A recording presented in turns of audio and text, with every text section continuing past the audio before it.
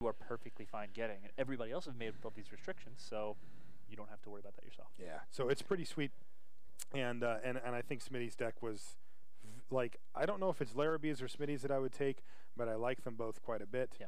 And here we are. We are underway here. So we got Ryan Deuce on the top against Jesse Smith Smitty on the bottom, and they've both led off with a forest. Now you'll notice that Smitty's deck has 54 cards remaining in it. It's a full 60-card deck. That was his restriction here in the Wacky Draft. One of the things brought up by the fine folks from Loading Ready Run up in Victoria, BC, and Ryan's deck. What was Ryan's restriction again? Ryan's restriction was... He was Seeker. He had to do stuff that searched or revealed. Which I'm convinced is one of the more powerful as well. Good ones. Yeah, although it has the downside of being on Magic Online, where the extra searching might actually cause some very, very tense moments in the later stages of the game and match.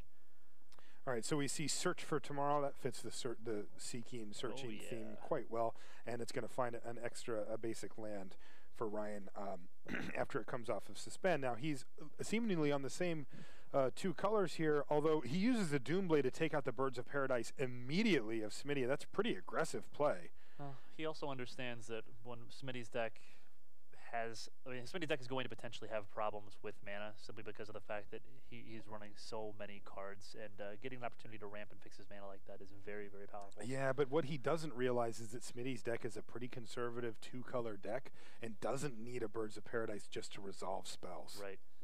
Yeah, I think that if he had gotten a chance to really look at Smitty's deck, I don't think he would use that Doomblade unless he just has nothing else going on. All right, so Search for Tomorrow is going to come onto the stack. It's finished being suspended, and he's going to get an extra land here and then another one to follow it up. So it looks like he's gotten an island. Eternal Witness bought back the Birds of Paradise on Smitty's turn, and it's just sitting there waiting to attack. We see Watery Grave. It's going to come into play untapped, so he has a 4-drop he wants to play. What is it? Well, it's Graveborn Muse. So Graveborn Muse is kind of an interesting card. It's a 3/3 for 4 here, and as you can see at the beginning of your upkeep, you draw X cards and lose X life, where X is the number of zombies that you control. And you'll note that Graveborn Muse is a zombie itself, so he's going to start drawing a card every turn and losing a life every turn, which is pretty good. We see Devoted Druid on Smitty's side. He's already down to 2 cards in hand, and he doesn't have any attacks, so it looks like he's just going to ship it back. Ability goes on the stack during Ryan's upkeep, and he is going to draw 2 cards here. Now, he's got a really nice card draw engine going right now with 6 cards in hand, and he's facing down Smitty's not that impressive board, and Smitty's only got 2 cards in hand. Yeah, that's going to be a severe problem as the turns continue to tick by. I mean, Graveborn Muse, in addition to being that just constant stream of cards, it is a 3/3 body as well, which is larger than Smitty's actually going to be able to deal with at the moment. So you're going to find this... It looks like he's going to just start bashing. We see Vinelasher Kuju followed by a land, and I think we're going to see a pretty steady stream of lands here. So that Kuju could get out of control pretty quickly. Also a Farseek, again, a pretty good on-theme card here for the Seeker deck. No joke. And it's also going to make the Vinelasher Kuju all the way up to 3/3 before it even gets to his first attack phase. It could easily be a 4/4. Yeah, it's a very attractive little combination of cards. It is, especially when Smitty's cards don't block particularly well at all. Eternal Witness, Devoted Druid, and Birds of Paradise are not necessarily what you want. That being said, Smitty is untapping with like 7 mana at his disposal here. 5, 6, 7, 8. But yeah, he's got 8 mana and 2 cards. So if he has some huge bomb, or there's Grave Titans in his deck, he's got well, he wouldn't have played a land first, but he's got Avenger of Zendikar floating around in there somewhere. So he certainly could drop something astounding here, although judging by the fact that he's thinking this long, Smitty is a pretty hasty player. He's only got 2 choices here, either play this card or this other card or pass a turn. So all right, here he goes. He does know his way around 60-card decks pretty well. He does indeed. He's been playing very well here, and I think that he made the right choice on his first pick in the stipulation draft. Wow, he is going for the full meal here. 8 mana. And it's Terastodon. The Donald. Wow, the Dawn comes down. So what is he going to target? Right now he can blow up a few lands on Ryan's side and a few on his. Own. He can just blow up all of his own lands, move in, and just present 18 power and toughness on his side if he wants. Can't think of a reason not to do that. I agree, especially given that Smitty's only got one card left. Yeah. It's just move all in, right? Yeah, I think so. Plus, I mean, his mana base is pretty solid. Like, he's got the Devoted Druid. He's got a Birds of Paradise. Even if he kills 3 lands, he still has the ability to cast anything that costs 4 or more to Yeah, kill 2 forests and a swamp, or all 3 forests. Yeah. I agree with you there. These things are going to block very well. The Graveborn Muse and the Vinelasher Kudzu, neither of them have flying or any type of evasion. No, they're just big dirtles. Now, I don't think that Smitty would mind, crushing a couple of those underfoot on his way to battle. Looks like he's still thinking. I'm sure he's got a few people helping him out or something. And this again is a situation that we come up on pretty regularly, where these decisions are tough and the clock goes tick-tock. Now with Smitty, I'm not worried about the clock at all. No, like I said, if anything, he plays too quickly. All right, he has decided to blow up 3 of his opponent's lands. I don't know that I love that decision.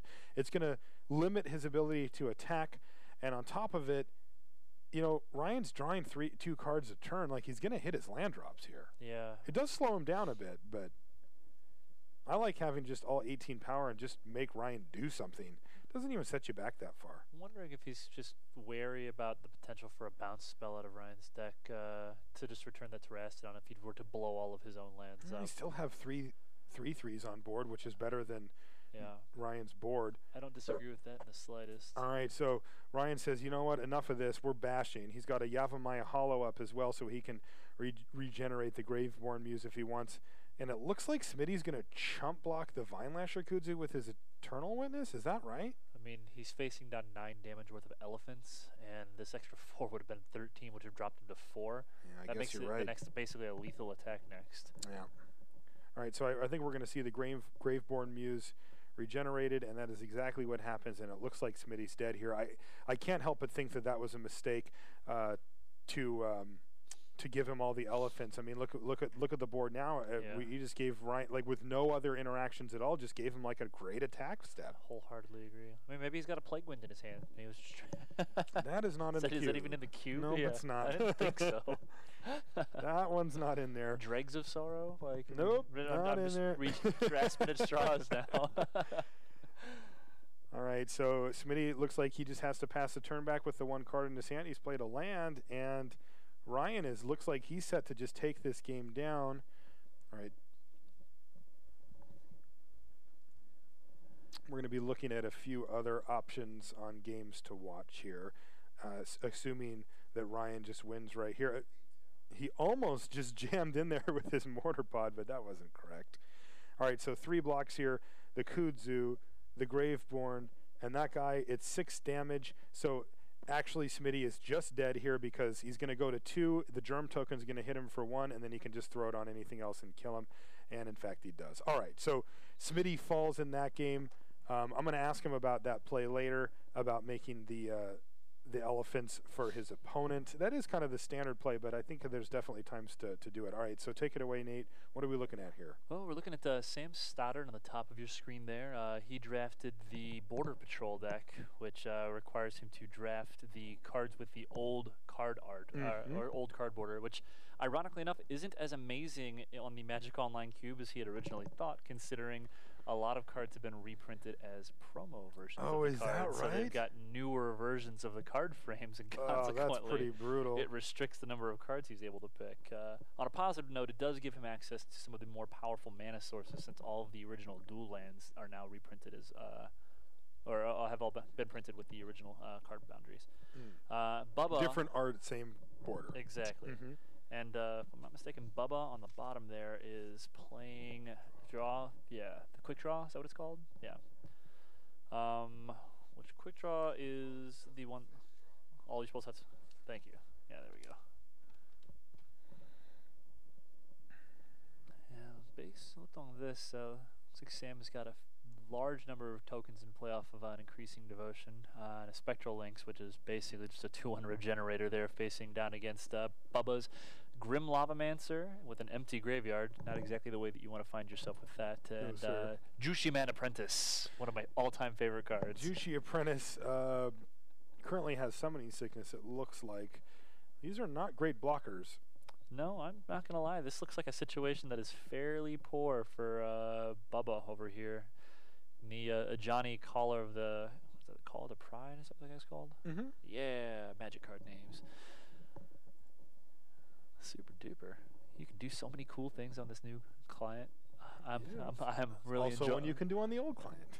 Yeah. I'm really enjoying this, watching people with the beta. Like, a lot of getting an opportunity to see a lot of the cool new things that are in store for Magic Future.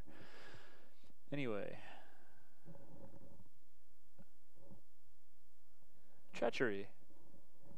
Treachery's a good one. Yeah, it's like the second best blue card in the queue, right behind Vedalken Shackles. Yeah, maybe so. People really, really like Treachery in this cube. Yeah. I mean, getting basically to steal your opponent's best creature for free. Like, look at that turn right there. Follow up with a Niv Mizzet. We were talking just a minute ago about how, man, things don't look incredibly good for Bubba here. And then all of a sudden it's like, take your best creature and drop a 4/4 that does a whole bunch of ridiculous damage/drawing cards.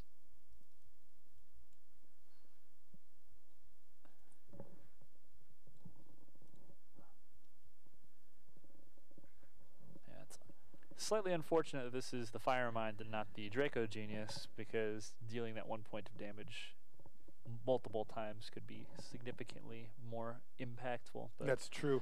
That being said, you know, he can start using it to take it away, to take away those tokens down there, or even just keep a Johnny Caller of the Pride in check. I mean, he also has his draw step plus the Jushi Man here. Jushi Man is fairly insane in combination with Niv Mizzet, especially if you finally get to flip him over to Tomoya the Revealer.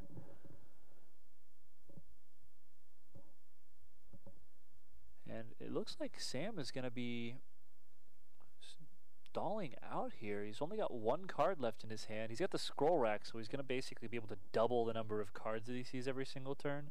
But starting on only a single card, that's kind of the problem. And I would be willing to bet that is just going to lock that scroll rack down. I can't think of any reason to lock anything else down.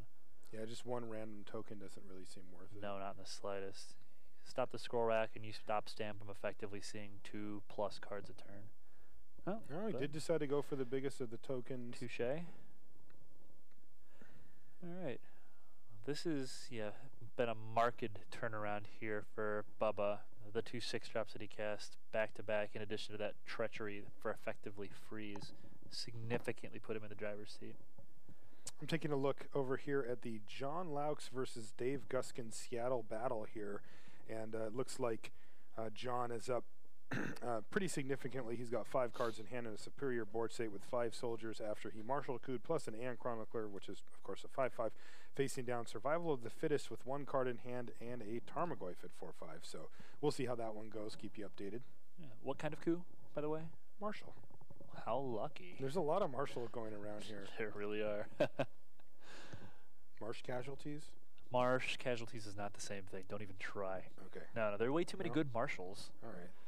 Like Martial Law? Yeah. Forest Law? Get it? You don't. Yeah, well, that'll be our little secret. It's cool. I like Martial Law. Tekken reference, right? Yeah. I don't play Tekken. Rashad is like fighting game master. No, I know he is. Yeah. I don't think I would ever enter the arena with Rashad in one of those unless he was teaching me.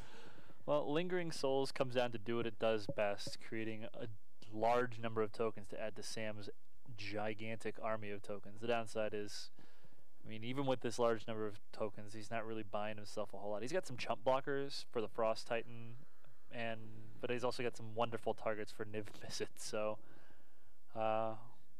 it's more than likely going to be a matter of time while he slowly draws cards and takes care of all the 1/1s on Sam's side as he tries to race by putting enough counters on them with the Johnny to negate that fact. But drawing his 1 card per turn and activating Scroll Rack effectively allowed Sam to see 3 brand new cards on the last turn. Just incredibly powerful. That's pretty good, especially when they're cards that you don't need and you can just get deeper into your deck. Yeah, and even next turn, drawing 1 of the 2 cards he put back and Scroll Racking for another 2 allows him to dig that much deeper. That's right. Yeah, so if he ever gets a turn where he doesn't, I mean, the problem is he has to, like, it's basically just seeing an extra card a turn because he's not ever going to be able to put in this situation where he can't play something and can wait that extra turn to dig that extra card deeper with the card in his hand. He's going to have to continually John Laux's board is really funny now. So he's got a swamp, a plains, an island, a forest, a battlefield forge, and a dark art waste, and he just used his colorless Grove of the Guardian to make an 8/8 elemental with vigilance. This coming from the X deck, not from the land deck. And he just attacked with everything into the board here. All 5 soldier tokens, a 5/5 Aeon Chronicler, and the 8/8 Vigilance Elemental. So he's looking to get very aggressive against Dave Guskin here. Oh man, it looks like Bubba just found his Sword of Body and Mind, which he used to great effect in the first match. Not going to do much here. No, I mean, doesn't do anything extra, but I guess his last opponent, who was playing blue-green, pretty sweet, especially when you've got them down to 10 cards in the library and you can just mill them out. Do we know why Bubba's not attacking with his Niv Mizzet? Is it better just to sit there and just draw cards over and over? It's tough to say. I mean, blocking is significant. He's at 14. It's not incredibly important right now. Like, drawing the extra card. I mean, at this point, his opponent's at a high life total, and I'm not a super big fan of giving my opponent extra turns to do anything. So, like, so you I would probably be attacking there, knowing that I get basically 2 draws a turn to redirect through him to ping. Yeah. But I don't know. Like, if it were me, I would be attacking. You can kill creatures in combat just as easily as you can kill them with ping. So John Laux is laying it on a little thick here. He's got Dave Guskin at 6 with no board and only 2 cards in hand, and he decides to add, in addition to the 8/8 elemental with vigilance, the 4/4 Aeon Chronicler, and the 5 soldier tokens, a Asperia. I don't know why he played that. He clearly didn't need it, but he decided to run it out there anyway. Maybe just the rub-ins against Guskin. The last time I saw him play that, he yelled "Expels" at the top of his lung, at which point I just kind of looked over. I'm like, that's not an Expels. And he just stares at me again and goes, "Expels." I think he's just convinced that anything plus 6 or more is actually just an Expel. Yeah, that sounds very, very John-like to me. It looks like Laux is going to wrap this game up here. Yeah. And here comes some Niv Mizzet abilities. And he does. Niv Mizzet is slowly eating these spirit tokens on Sam's side. But Sam did end up passing the turn with 2 cards in his hand. Didn't add anything new to the board. Maybe he has decided that he has a couple of extra turns to fiddle around with this, since Bubba had decided that he's apparently not attacking with that Niv Mizzet. The quick tap mana undo.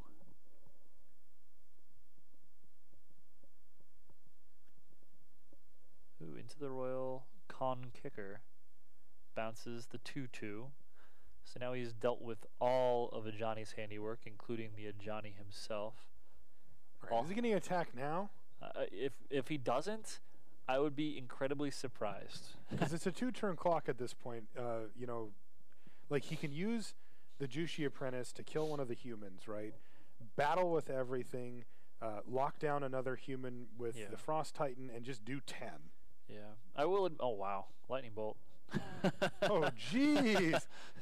This is adding up. So he's going to probably just clear off his board and then use the Frost Titan to lock down the scroll rack. Yeah, or maybe the Underground Sea. 8, 9, 10, 11, 12. Is the Lynx 3 power? Lynx is a 3 power 15, 16. AC has lethal here. Yeah.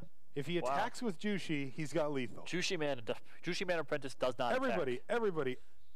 One more. Jushi Man Apprentice does not attack. You need one more. There you go. He's a man of learning. He likes books. All right. And the results are in on that one. All right, so we're going to come over and we're going to check out Jackie Lee on the bottom part of your screen versus Lee Sharp. We see an old friend, Jace the Mind Sculptor. Jackie has Jace on 4 loyalty counters here. An Enclave Cryptologist on 3 level counters, so that thing's just drawing cards. And a Dungeon Geist is going to come down on Jackie's side, targeting Soltari Priestess is the one thing that she can't block and is going to threaten Jace. So lock that thing down. Delver of Secrets is not transformed, but Sheldock Isle's almost ready to go here.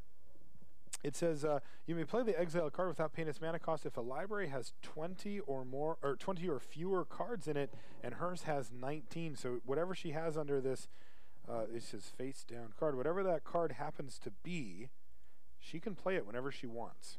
Shelldock Isle is one of those cards that I'm always pleased to see hit play because it's like Christmas time. You just want to see what they've hidden underneath there, but you never want to actually. I never want to see what they've hidden. I just want to show them what I have. Shelldock Isle is actually quite a high pick in this particular cube. It's a subtle card, but it's very, very strong.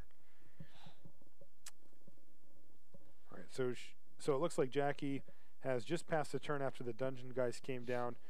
Again, she has the Jace the Mind Sculptor active. She's also got an Enclave Cryptologist ready to draw her even more cards, and she's even got some blockers up. But it looks like Lee's going to battle with Eternal Witness. I'm assuming it's attacking Jace, and it is. He could trade it off if he wanted for the Dungeon Geist, but then he has to deal with the Soltari Priest again. So this is actually kind of an interesting situation. Now, Jackie does have 5 cards in hand and 3 mana up and the Shelldock Isle available. So she definitely has options. It's very interesting the fact that as a mono blue deck she does have as many options as she's got, but she was incredibly pleased when she found out that that was the randomly decided color she got to draft. You know that I decided it. You decided it? We decided it right here on camera. Excellent. Yeah, I rolled the dice. I asked her what she was hoping for. She said, that's irrelevant. Whoa. All right. So Jackie Lee is apparently a Vulcan as well, and I rolled the 2, and that was blue, and she seemed fine with it. All right, so she decides just to let Jace take the damage here. It doesn't kill him. Ooh, Thrun the Last Troll, though, for Lee is going to put definitely some serious problems for... Oh, that can't be countered. Oh, no! Jackie falls for it. She dissipates Thrun the Last Troll, which you're allowed to do, except for that it doesn't resolve because he can't be countered. Alt U, alt U, alt U. Oh, undo that one, Jackie. I've seen people. I saw Alian Trazi do a very similar thing where he tried. Paulo's done that. I mean, yeah, I've seen a lot of people. Certainly, great players have done that, spells, but it's never what you want to see. She does remember to draw a card with Enclave Cryptologist here. She forgot a Vraska activation a couple times earlier in the day as well. Man. So hopefully, I don't think she'll forget the Jace one though. He's very enticing to get that free brainstorm going. Otherwise, I don't think she wants to bounce anything currently, and she could actually start plussing Jace if she really wanted. She's got a tough decision. She's got to really map this turn out because she's also got the Enclave Cryptologist if she needs to draw a card, and then she's got 6 cards in hand. She can, of course, use Jace as well. So she's got a lot of different options here to help recover. The good news about that Dissipate misplay is that it didn't really hurt her. She's sitting at 6 cards in hand. She didn't use up mana on her turn that she needed or whatever. Yeah. So I don't think it's going to really kill her to have that happen. Now she is clicking down, and she is in fact going to plus Jace, targeting her opponent. So Jace is going to start ticking up, and as long as she can keep blockers going or keep the heat off of Jace, she can actually use him as a win condition. Now the problem being, of course, that as the board sits, that's not an option. But then again, as the board says... Whoa! Big Frosty's coming in. What I was going to say is wholly irrelevant now. Yes, all right. So it looks like she is probably going to lock down the Eternal Witness, I would assume. Again, trying to make that Corsali Pride Mage attack is much better for her because it could die. The Thrun the Last Troll now does not have the ability to get through the Frost Titan, and that was just a huge play. She might even just send in the Dungeon Geist, although if her plan is really just sit back on Jace, then she might not. No way. Her plan is definitely start attacking for multiple units of 3 in the air every turn. When you've got Jace the Mind Sculptor, that Delver of Secrets is going to flip fairly soon. Well, not if she's plussing Jace every turn, targeting her opponent, but agreed, he will probably flip anyway. Yeah. And remember, she also has the Enclave Cryptologist live and the Shelldock Isle, although we still don't know what's under it. Presents. It's presents. I know it's presents. It is definitely Christmas presents, but we don't know. I mean, if it was a land, there wouldn't be a whole lot of point to her. Can you see what it is? It says face down card. What? Yeah, watchers cannot see, otherwise they could come watch your game and then tell their friend this is what this person has. So I do have a way I can find out. I don't want to go to the next room. I want to be surprised. No, that wasn't it. I have another way I can find out, but we're using my monitor currently on the for the stream, so he can't look at the We don't want to do that anyway. It's like ruining Christmas. I want to You know what? be I surprised. am definitely voting against ruining Christmas. You're right. Yeah, thank you.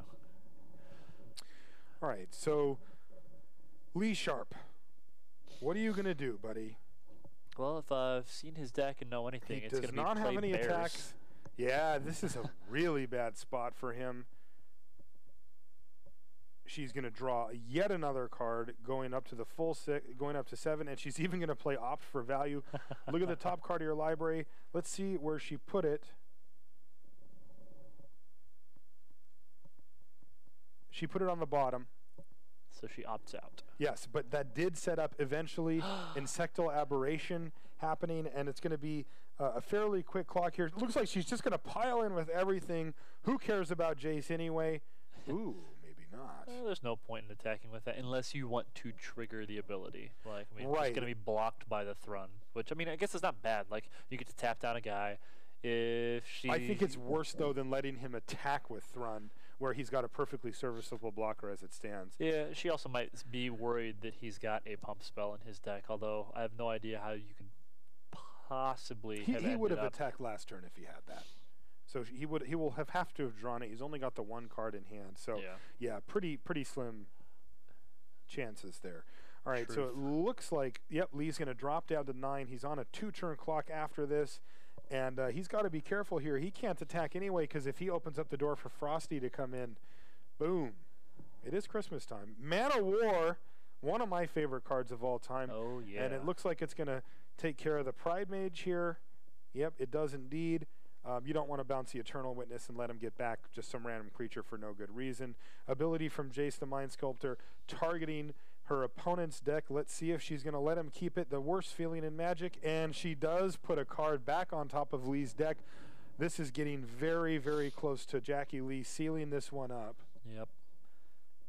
I am currently peeking into Scott Mono Brown Larrabee versus Wrong Way Go Back's wonderfully well-dressed, very fancy draft deck. How does the well-dressed deck deal with, or how does it feel about minions produced by a Phyrexian processor? Well, there is an incredibly dapper surgeon wearing one of the finest pairs of shoes I've ever seen on an individual. This lightning like his greased up bag, too. gloom surgeon. To give you an idea of the amount of work that he's been doing, Neil's only got 10 cards left in his library. All right, so we see Paladin Envec and the Kasali Pride Mage both hit the table. For Lee, he's just committing things to the board here, but honestly, he's not in a good position. No attacks to be made, and Jackie is going to draw a card on the end step to go back up to 6. It'll put her at 7 during her draw step. Jace, it looks like it's going to repeat the same process again, where Jace is going to be... Oh, she's actually activating the shell knock. What do we have here? Open your presents.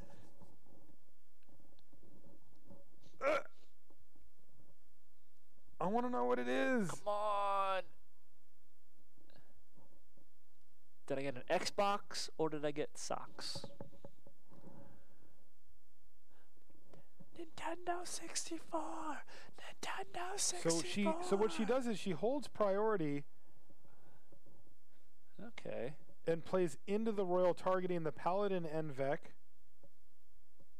Oh, she was playing the. Excuse me. She was paying the kicker cost, is what happened. Yeah. Okay, so it was just into the royal. That's fine. I mean, she draws a card. She sets up her bashers, and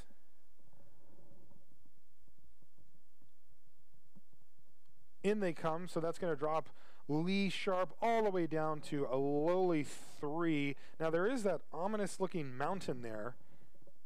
If there was no blue card, she did have the ability to take another card. Could it be a lightning bolt? No way. That would have gone sooner, right? Who knows? This is a wacky draft. It's hard to say. There are at least 4 or 5 decks that really want to draft lightning bolt. It could be Fire Ice is what Rashad's thinking. Yep.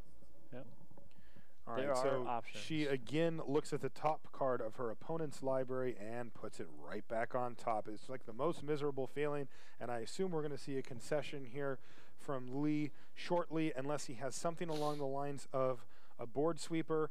Even if he does, Jackie's got 7 cards in hand. She's got 9 mana sources. She's got an Enclave Cryptologist to draw a card at instant speed, and she'll still have Jace. So this does not seem like a situation that Lee Sharp can get himself out of, although he's going to look at it. You know, a card like Balance could certainly do a lot of things here. Yeah, it's only actually Balance, unfortunately, on the creature side is only going to kill one creature. And so, you know, the Cryptologist or the Manowar would bite it, and he would still lose to the Flyer. So that's not going to do it. Yeah, he needs a lot of very special things to happen to make this work. And I think he's just making sure that that's not the case. He's only got 3 cards in hand.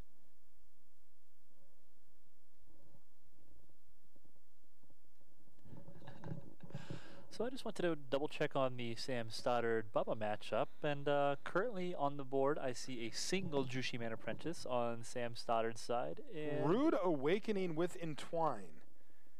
Now this could get interesting, unless it gets negated, which it just did. This can get uninteresting fairly quickly.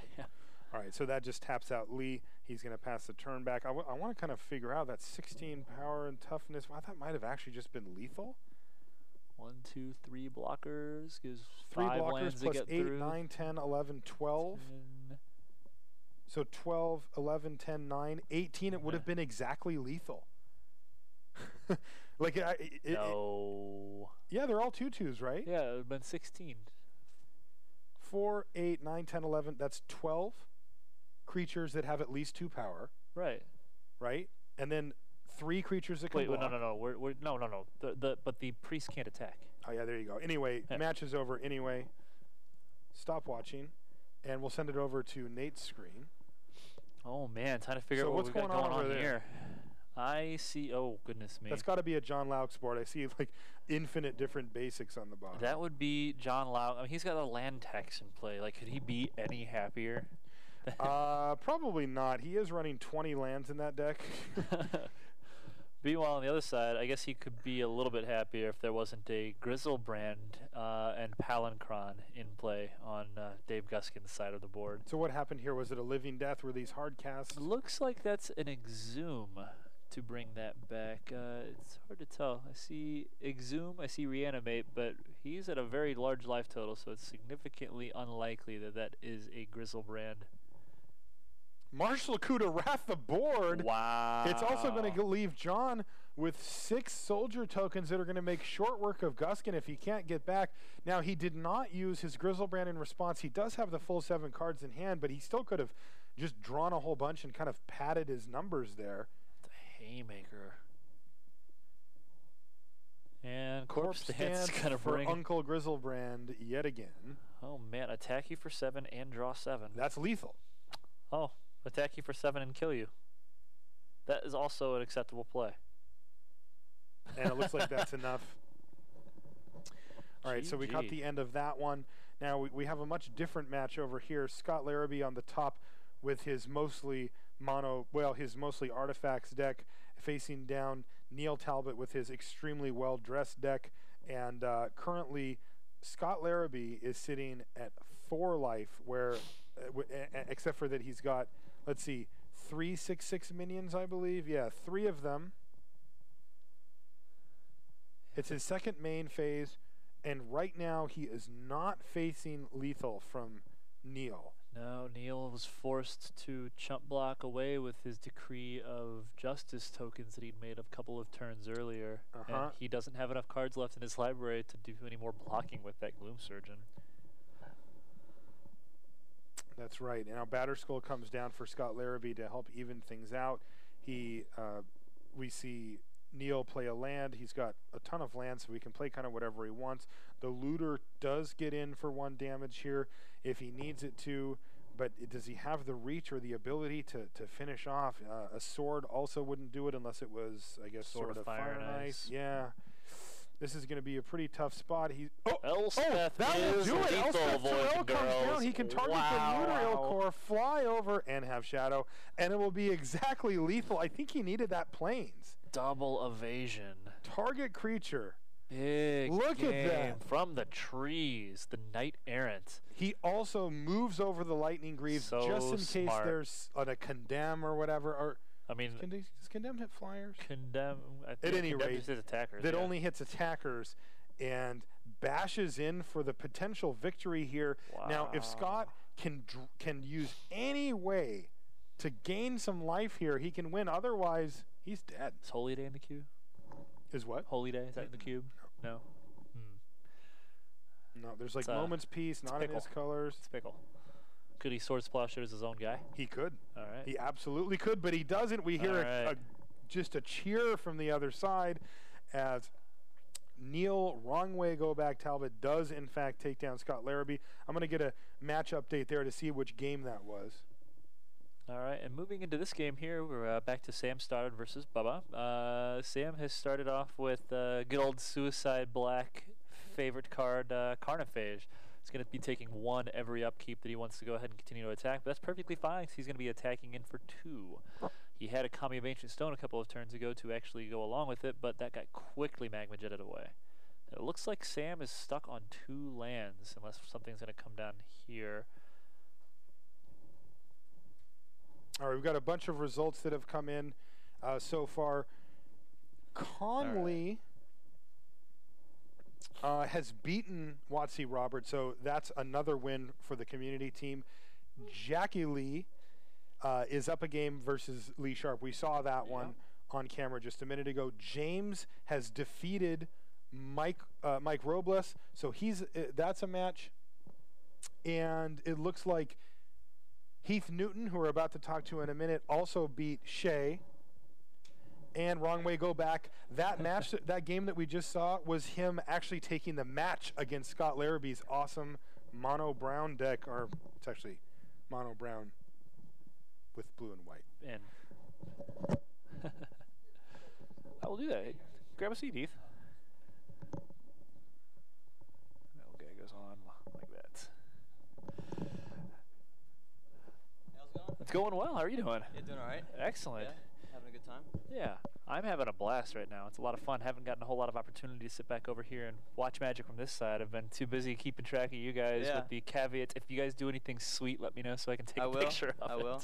There's been a lot of sweetness going on. So. How do you feel about this wacky draft format? Are you enjoying it? I absolutely love it. Yeah, this is like the most fun I've had playing Magic probably ever, honestly. And I've seen some comments on Twitter, people saying, "How can you do this in paper at my shop and stuff like that?" Which I'm not sure how that'll work out with paper, but I mean that'd be pretty sweet. I mean, I think it will work out fairly similarly. You've got all the cards, like the card ideas that Graham and the guys at Loading Ready Run came up with for us, and you could probably just do the exact same thing, do a draft, and then assemble a cube and draft with that under the same rules. So that'd be pretty sweet. So what was your restriction that you had? I had the Fatties restriction, so power of 4 or greater, which actually wasn't so bad.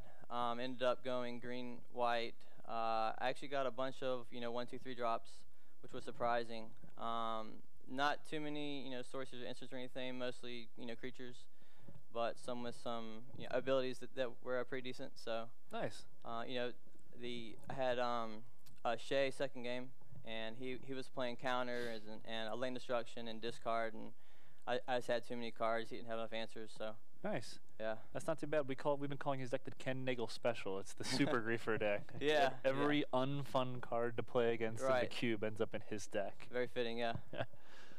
Well, let me give you a quick update on how this game's looking right now. Sam Stoddard in there on the Wizards team has got a Najani Caller of the Pride that has been enhancing this Phyrexian Revoker, which I'm pretty sure is it's stopping the Grim Lavamancer on Bubba's side. Yeah. And we saw in the last game, Sam got down a smokestack with 4 counters on it and completely wiped the board, leaving only his creatures in play. And ouch. It made very short work of Bubba there.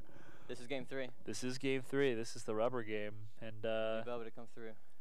Yeah, this has been a pretty how did it feel looking up at the board after that first round and realizing that you guys had 7-1 the Wizards team? That felt absolutely awesome because I was feeling pretty bad after last round when basically everyone lost, it seemed like, and everyone was pretty down. But now we're kind of coming back. Hopefully we'll take the lead here shortly. Yeah, so. It's the multi-ball rounds. Multi-ball rounds have a history of taking victory, and you guys are doing it the hard way this year. Because previously there have been years when there were like large multipliers as far as points go. This year it's just you get some extra points. Yeah, and we had some help from home, which was awesome. Yeah. We had, I guess they went 3-1, so that's pretty sweet. Yeah, the guys playing online. It was put together by Sluggy.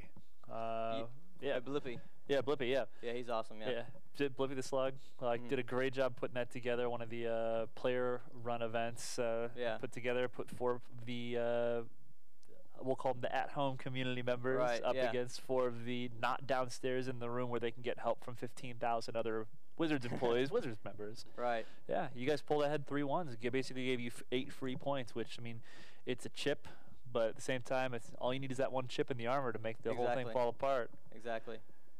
Oh, man, this is looking like a pretty good side of things for Bubba. That Sower of Temptation, really, really powerful card against the attacking decks, especially when Sam's got most of his mana tied up and attempting to continue to build his board with that Keldorn Outpost. Yeah.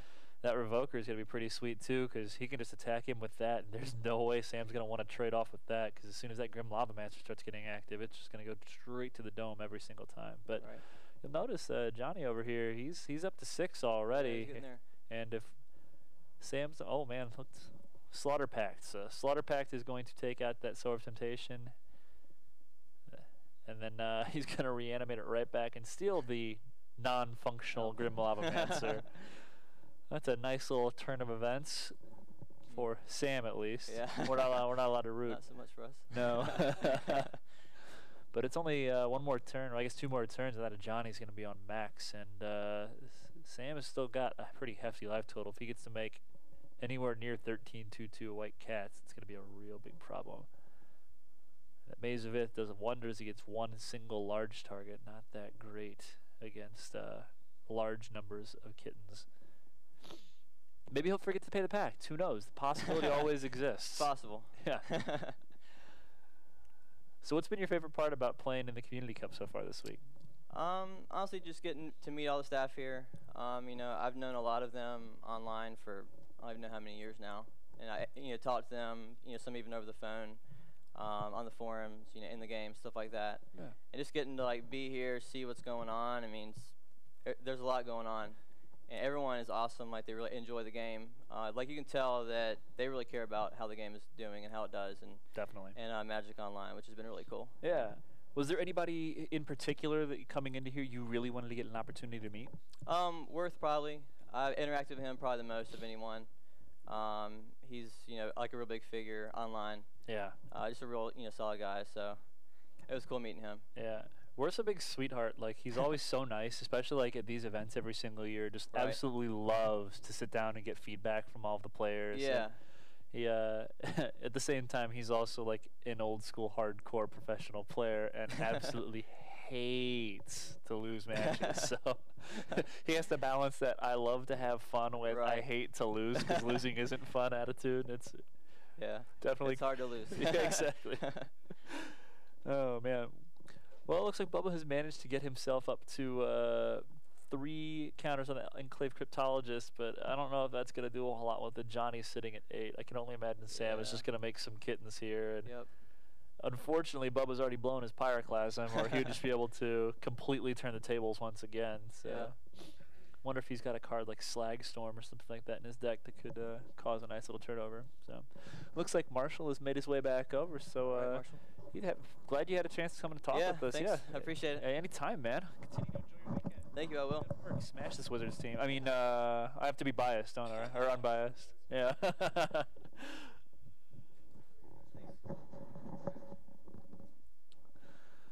Marshall.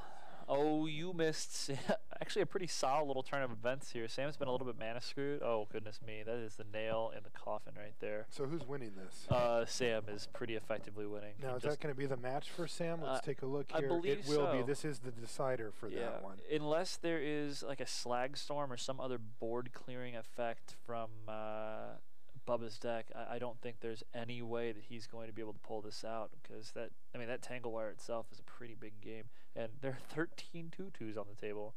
That is a lethal number of kittens. That is an overdose of fuzzies. All right, so is that game about over? Is there any outs? Slag Storm. Because we have a pretty attacking, a pretty sweet finish here in the John Louts versus Dave Guskin match. Yeah, here. I'm pretty sure this match will be over. This match will be over one way or another in 5 seconds. Either, yeah, okay, there it is. Okay, can you switch it over, Rashad? And you've already done that. So what we have here, though, I believe is actually just a game 2, and it looks like Guskin, who has a bunch of Wizards of the Coast employees hovered around his laptop with him, is down to 57 seconds here. And he is doing some absolutely insane things. He has just made 20 squirrel tokens. Am I seeing this right? Oh my goodness. He's going to bash in. Look at this. He can't. I think he can actually. Yeah, see, he can attack with all of them at once thanks to the new client. He does so. He bashes with everything, but he's at 46 seconds now. I think that Laux is up a game here, but I actually am not sure. John is going to block on the Psychotog. Now we see that Guskin has 6 cards in hand, only 9 cards left in his library. John's down to 1 card in hand, but he still has 27. So Guskin has been moving a lot of cards through, and that's going to be the game now. Didn't we see Grizzlebrand attack for the win last game? I believe so. So let me take a look here. Yep, that is right. So that was actually the win for Guskin there, as we see that this is now just in replay mode, and John Laux sits stunned at his laptop, almost able to pull it out, but just not quite. So what is it? And you can see he's talking to Guskin. You can see Guskin in the right in the blue shirt. And they're talking about it right now. So Guskin just goes nuts. That is. Did you get my joke? Nuts. Squirrel! Oh my goodness! I'm sorry. Guskin just goes